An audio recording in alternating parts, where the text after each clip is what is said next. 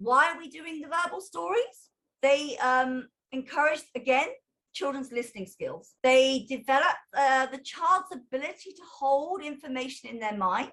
They inspire the child to compose their own stories. They develop, this creative imagination. They further the child's confidence in free expression and this flexibility of mind and spontaneity. My recommendation is that each guide has their own story. There is an ongoing story. It's really good in your big group in the morning. I'll tell you why in a minute. But you have your own characters. So each guide has their own story and their own character. Mine is Lucy.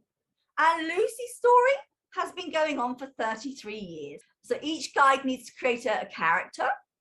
And these characters need to get up to all different things, different places, different situations, but simple situations.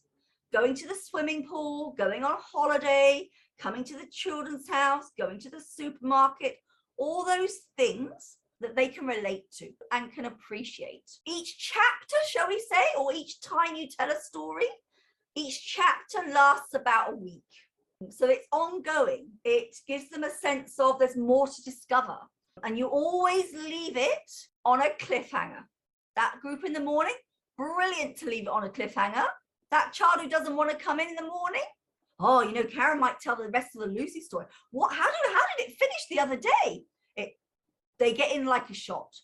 Don't do the Lucy story every day on purpose. The key is to make sure that you place a huge emphasis on tonality of voice and dramatic interpretation. I recommend that you get one of these. It's a rain stick. And if possible, a long rain stick. It's a really useful technique. When I play the rain stick, it tells us it's the start of the story. And when the story starts, we need to all work together. And when the rain stick starts again, that means it's the end of the story. Is everybody sitting comfortably? Is everybody ready? And then Karen will tell you the next chapter of the Lucy story. And I always give each chapter a name, and you always give the next chapter at the end of that day. So the children know that books have chapters, each has a name, and then they can start to think about that when they begin to compose their own stories. I'm going to tell you a story.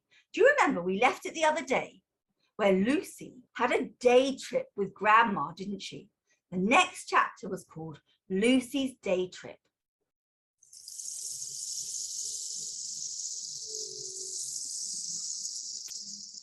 The front doorbell rang. Lucy knew it was time. She knew it was time. The front doorbell got, that meant Grandma was here. She bounded down the stairs and she shouted to Mum, Mum, can I open the front door? I think it might be Grandma already. Mummy came forward and said, yes, you can open the front door.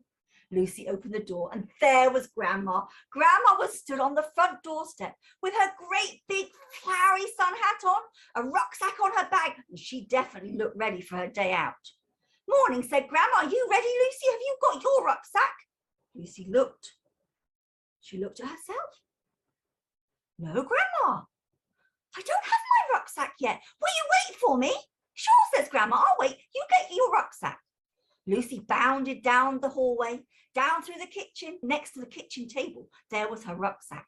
She knew it was her rucksack because Matthew had a blue rucksack and she had a pink and yellow spotty one. So that was definitely hers. She picked up her rucksack. She put it comfortably on her back.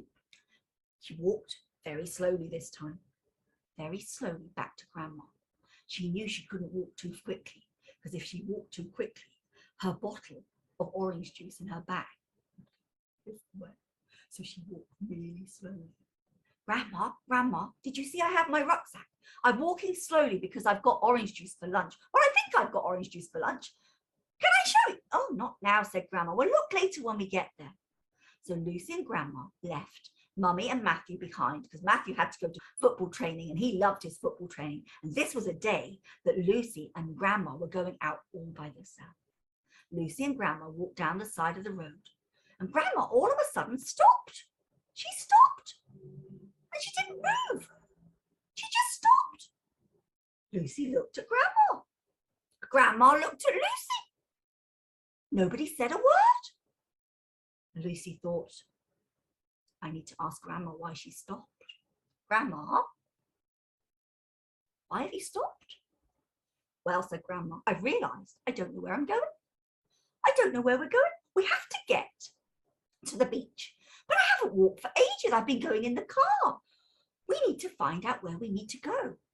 So we need to get the map out of my bag. Oh, oh, Grandma took her bag off her shoulder.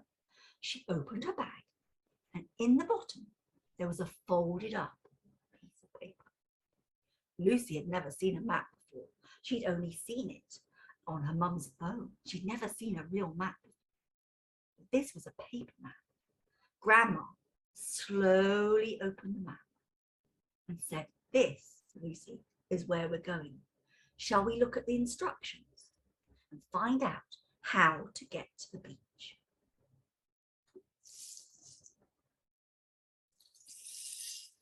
Tomorrow's chapter is called How to Get to the Beach. Will you help me remember? What was the next chapter called? How to Get to the Beach. Will you help me remember? We're going to find out the next installment.